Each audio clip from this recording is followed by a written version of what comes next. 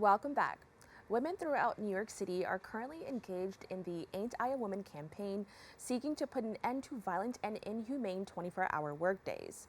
Workers from various trades and backgrounds marched to City Hall on May 1st, also known as May Day, to demand an 8-hour workday for all working people. Artist and activist Kara Fan joined me to discuss the effort. Kara, thank you so much for joining me. Thanks for having me today. Now, can you tell me a little bit more about the Ain't I a Woman campaign? So the Ain't I a Woman campaign is a coalition of several groups and organizations throughout the city that are coming together to end the 24-hour workday for home care workers. It only happens in New York City, like nowhere else in the state are home care workers forced to work 24-hour shifts. Now, I was really surprised to see that. I did not know that there were people who were forced to work 24-hour, work days. Can you tell me a little bit more about that for those who are just unaware? So home care work is considered an entry-level job, and a lot of these women that take on these jobs are migrant women. They can't really take on any other work because of language barriers, paper issues, etc.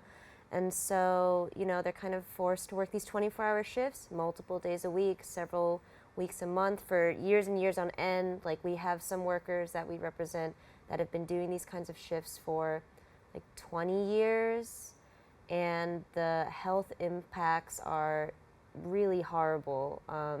Because a lot of these patients that require 24-hour care are people that have dementia, people that are bedridden, and so, this is work where they have to get turned every 2 hours. They need to be lifted up because they can't get out of bed. And so this kind of physical work, compounded with lack of proper sleep, is horrible, and it forces them into retirement early. And also a lot of these women become home attendees themselves. So they require this kind of care. So it's this awful cycle of, life just like cut short.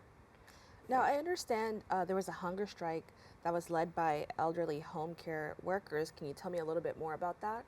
Yeah, so 2 years ago, a council member of District 1, Chris Marte, whose mother was also a home attendant, wrote the bill, the No More 24 Act, now also known as Intro 615.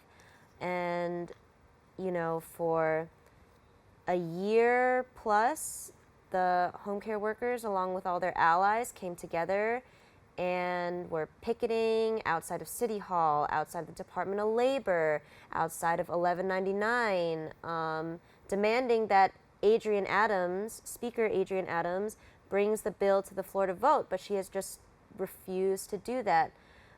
She keeps deferring, the responsibility, saying, oh, it's a state issue, or I'll fight for higher wages, but that's not what the issue is. The issue is that these hours are totally destroying their personal lives and their family lives. They just want more time for themselves. So because she wasn't listening, they decided to pull back and organize this hunger strike. And it lasted from March 20th to March 25th, where they just camped outside of City Hall. And I was one of the many volunteers that were making sure that, that they were okay, that they stayed warm. We had doctors come in and check on them every day to make sure their blood pressure was fine and that they could continue the hunger strike. So yeah, it was a really beautiful community effort. Every day we had a program of people coming out to speak. So it was 50 plus groups that came out and spoke in solidarity, resonating with this issue. And it was a really great community effort. Yeah. Now, I understand the community went back to City Hall to address these issues once again on May 1st, many calling it May Day. Can you tell me a little bit about how that event went?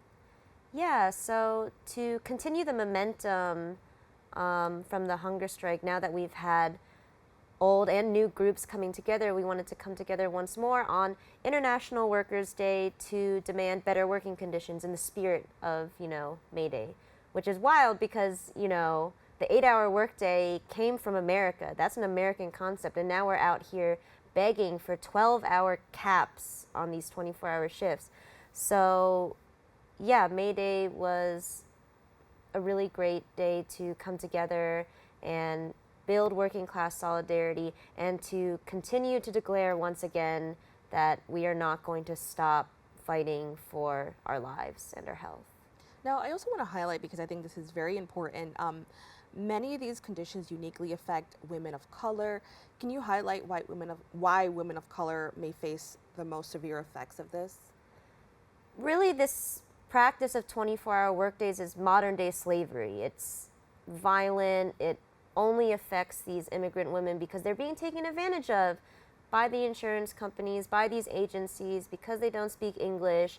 They're threatened by having ICE called on them. Like, it's a very vulnerable group of people that work these shifts, and so they take advantage of that, and that's why it's really important that we support these communities. A lot of the women that we work with live here in the Bronx too. They work through NMAS, which is a labor organization, like helping them put litigations against their agencies and stuff so that they can get their stolen wages back. But yeah, it's just bottom line racist. Like, domestic work, is seen as like women's work and all of that, and so it also takes advantage of the fact that these women, they care about their patients. They're not there to abandon them.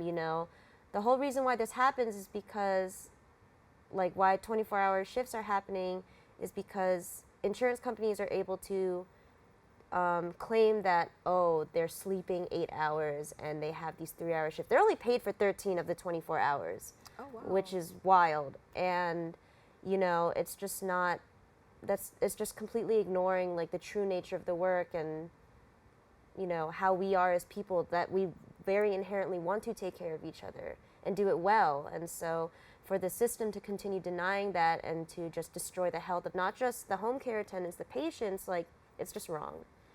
Now, I really want to highlight Intro 615. I know you mentioned it before. Can you give us an overview of what it is? So Intro 615 would put a cap of the 24-hour shifts at 12 hours and also put a maximum amount of hours worked per week. So I think right now that stands at 56 or so. And it would also hold the insurance and companies and agencies accountable for continuing these practices. So like if they did have to go over these 12 hours, they would be paid fairly for that, or they would get a fine. Now, I understand we mentioned Speaker Adrienne Adams and how her involvement is maybe impacting AIW's efforts in a negative way. Can you just explain, what could Speaker Adrienne Adams do now that could help, benefit the campaign? Adrienne Adams could come out and speak to these women. These home care workers are ready to talk with her about what they've experienced, because really from how she's reacting and continuing to say, it's a state issue, I'll ask for more money, she's not listening. So we would love for her to just stop deferring this, and to just introduce the bill to the floor to vote, because we do have bipartisan support. District 15's Oswald Felice and Christy Marmorato, a Democrat and a Republican, are both people that support this bill from the Bronx. Shouts out. So really, we don't understand what the issue is. She should just bring the bill to the floor to vote. The longer she waits, the more women suffer, and we just can't continue to let this happen. Now, I understand that you mentioned, other elected officials, but, what involvement from local leaders and other elected officials is needed to support, these home care workers? Well, electeds should definitely come on and sponsor the bill. That would be amazing if you would come out and sponsor it. And people, any normal, regular, everyday people can call their council members, make sure that they support Intro 615, aka No More 24 Act, and, come out and support us. You can come volunteer, you can come out to any other actions that we have, because I'm sure that until Adrienne Adams brings this bill to the floor, we will continue to picket, raise our voices, because we just want this violence to end now. And speaking of raising voice, I think that's so important that people, need to know this is happening and to learn more. Where can people go to, whether that's social media or any websites people can go to learn about what's happening to these women and what is being done to protect them? Yeah, so there is a website, ain'tiawoman.org. I believe. Yeah. And also nomore24.org, which is much more specific. It has all different testimonies from home care workers. You could also find us on Twitter and Instagram and Facebook, all under AIW campaign. And feel free to volunteer. We have a whole toolkit, like for a script, an email that you can send to your council members. And if you want to learn more, we do have like videos on YouTube as well that have like testimonies and documentary. Right. Well, I want to thank you so much for joining us and sharing the work that you're doing. So thank you. No, thank you for having us on. I'd like to thank all of our guests for joining us and you, the viewers, for tuning in. If you missed any part of today's show, you can catch the recable cast at 5 and 10 p.m. on Optimum Channel 67 and Verizon Fios Channel 33, or watch anytime on the web at BronxNet.org. You can catch a brand new episode of Open with Darren Jaime on Wednesday and with Rena Valentine on Friday. I'm Kibin Alleyne, wishing you and yours safety and wellness now and always. See you next time.